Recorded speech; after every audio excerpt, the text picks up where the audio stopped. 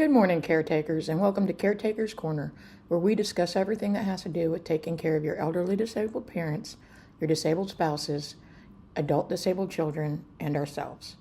My name is CJ, and I am your guide on this journey. And today we're going to discuss taking family time. This being family vacations, family staycations, taking a day for the weekend where you take everybody out to, say, a park or something.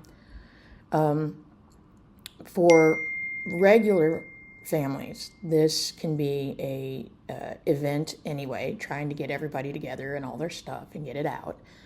But for families with elderly and disabled individuals, it is a lot more planning involved, even for a day out. If we do a day out with our family, we have to make sure everybody has their medication. We have a scooter that we have to load up. We have to take, if we're going on a picnic, we have to take specific foods and drinks and eating utensils. If we're doing a vacation, like we're doing a mini vacation this weekend, where we had a medical appointments on Friday. We have a medical procedure on Monday. So we rented an Airbnb across from the convention center for the tattoo convention because we wanted to do that. And also the event, trying to do those two events on either end exhausts the individuals that had the procedures. So this gives them time to recover and not cause too much problem. Some issues you have as caretakers is the spoon theory. If you recall, I have that video. I'll post it. And with the spoon theory, what that says is our individuals only have so much energy. So like when you're buying tickets for an event, sometimes you have to wait till the last minute to buy the tickets to make sure that our loved ones will be able to actually go to the events. And we have the issue with some of ours where we have to take, like I said, we have the scooter that we have to take. We have to time the events differently. We may have time where everybody's up and ready to go, but then everybody, like yesterday, everybody crashed real early in the day just due to exhaustion. We got up early, we went out, we had fun, met with some other family in town, and then everybody just crashed hard because they were exhausted. It was more, they've done more in the last 3 days than they may be doing a whole week. So you have to take these things into account when you're planning events. We've been doing a lot of like Saturday family stuff, given everything going on in the world. It's really helped us stay relaxed and calm during everything. And we've been going out, we play Pokemon Go. I know people laugh at me for it because of my age and playing it, but I do. My whole family does. So we go out and we play Pokemon Go for a weekend, and then we'll go out to eat or some, on a day, and then we'll go out to eat and make it a family event. And this way we can be out as long as they can. We can drive around and park, and I can get out and move around.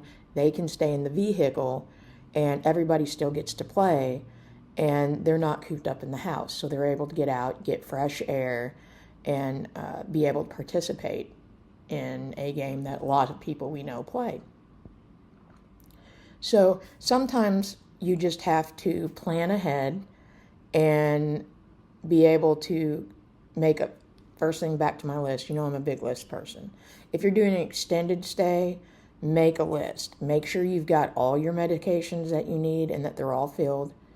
And that any food or drinks that they have, your family has to have, protein drinks, special foods. I have food allergies, so we have to be very careful about my food. Anything like that, you want to make sure to plan in advance. Plan for accidents to take place, may need extra clothes. I guarantee we are here for 3 nights, and we all probably overpacked for it because we have to bring CPAP machines, we have medicine.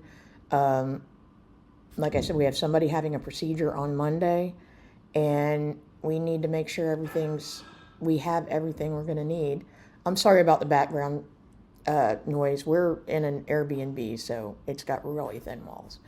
But these are things you have to take into account that you don't normally think about.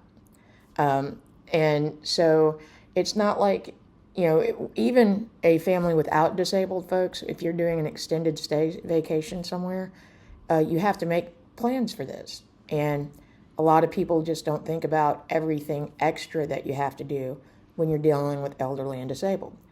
For Barbara, we had to bring 2 canes.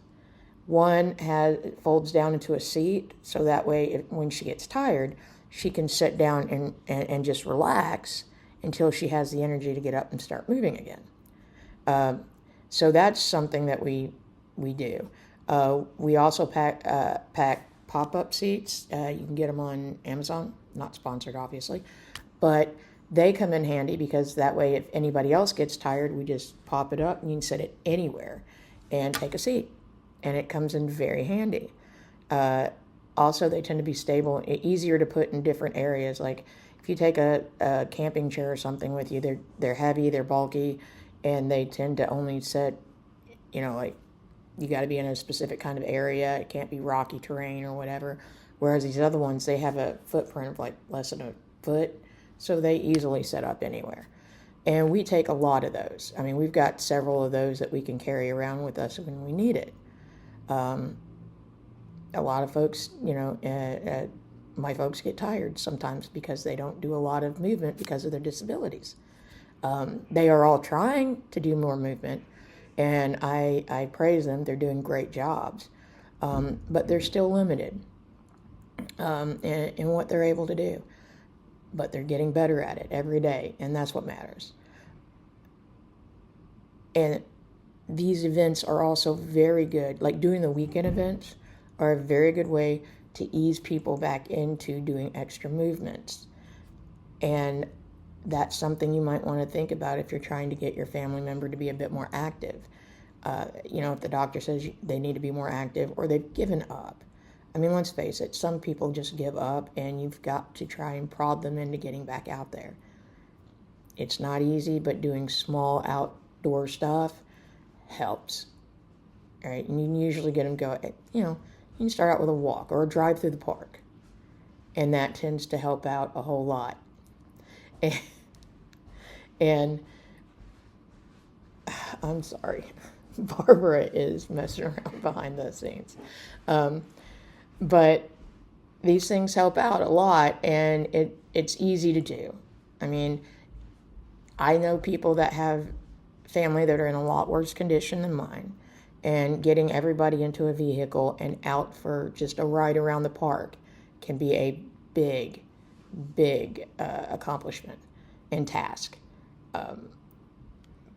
But in the end, I think it's worth it. So I hope this video has helped, and I hope you are able to get out and enjoy the weather. We thought it was supposed to be cold and rainy all weekend, and it turned out really nice. So luckily we pack for a lot of occasions. So I hope it helped out. I hope you have a wonderful week. Don't forget to like, subscribe, and share. And on this one, give us some hints about what you do, how you pack when you go on family events. So let's have some comments down there so we can come up with some stuff to help each other out. I know I don't know, I admitted last week, I don't know everything, and I'm definitely not perfect, but I give out as much information as I can on how we pack. We have multiple bags that we use. We have to prepare for everything, so we bring blankets, pillows, medicine. We got bags that are just medicine. We got bags that are medical equipment right now because with Barb's eye, she has surgery on Wednesday. So give us any ideas you have down there, or items that you use, or anything that you have that you want to share with us. So be sure and like and subscribe and share, and I'll see you next week. Have a great day.